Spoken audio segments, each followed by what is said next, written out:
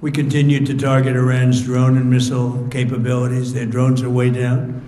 Their drone manufacturing has been hit starting today. We know all of the places they manufacture the drones, and they're being hit one after another. Their missile capability is down to about 10%, maybe less. But it's all resulting in a 90% decline in various things, but in particular, Iranian missile launchers, and 83% drop in drone launchers. As you know, the drone launchers are pretty well shot, but we're at over 90% decline in the Iranian missile launchers, which is very hard to reproduce and very hard to get. So now we have low-cost interceptors effectively combating Iranian drones, and our B-2 bombers recently dropped dozens of 2,000-pound bombs to destroy missile launchers all over Iran and buried deep under Iranian soil in many cases. The soil was no match. And we're also annihilating the manufacturing base that the regime uses to build drones and missiles at a rate that nobody thought was possible. We're knocking them out. We know where they all are. We're knocking them out. We're ahead of our initial timeline by a lot. I would say that we probably would not have thought after a month we'd be here, in addition to the fact that we've taken out the leadership twice and maybe 3 times. We want to keep it that way. As we continue Operation Epic Fury, we're also focused on keeping energy and oil flowing to the world.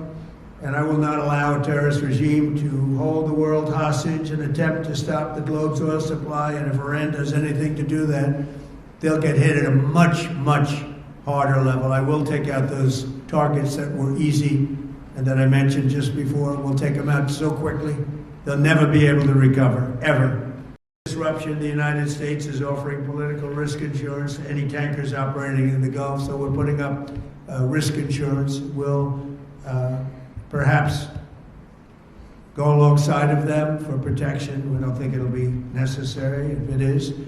And if they do anything, the price will be incalculable, I might add. We're also waiving certain oil-related sanctions to reduce prices.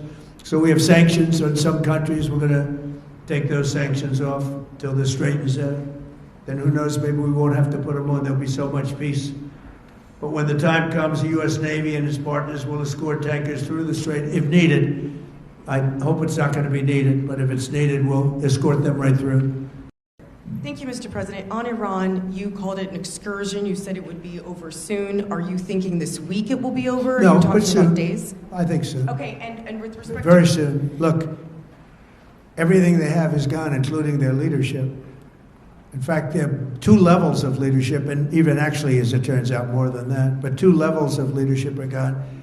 Most people have never even heard about the leaders that they're talking about. So, striking a Tomahawk missile likely destroyed that Iranian girls' school. So, will the U.S. accept any responsibility? Well, I haven't seen it, and I will say that the Tomahawk, which is one of the most powerful weapons around, is used by, is sold and used by other countries, you know that.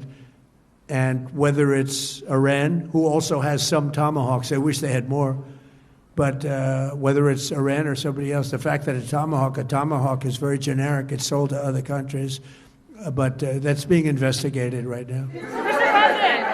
Mr. President, you've said the war is, quote, very complete, but your defense secretary says this is just the beginning. So which is it, and how long should Americans be prepared? Well, I think you could say it both. It's the beginning of building a new country, but they have no Navy, they have no Air Force, they have no anti-aircraft equipment. It's all been blown up. They have no radar, they have no telecommunications, and they have no leadership. It's all gone.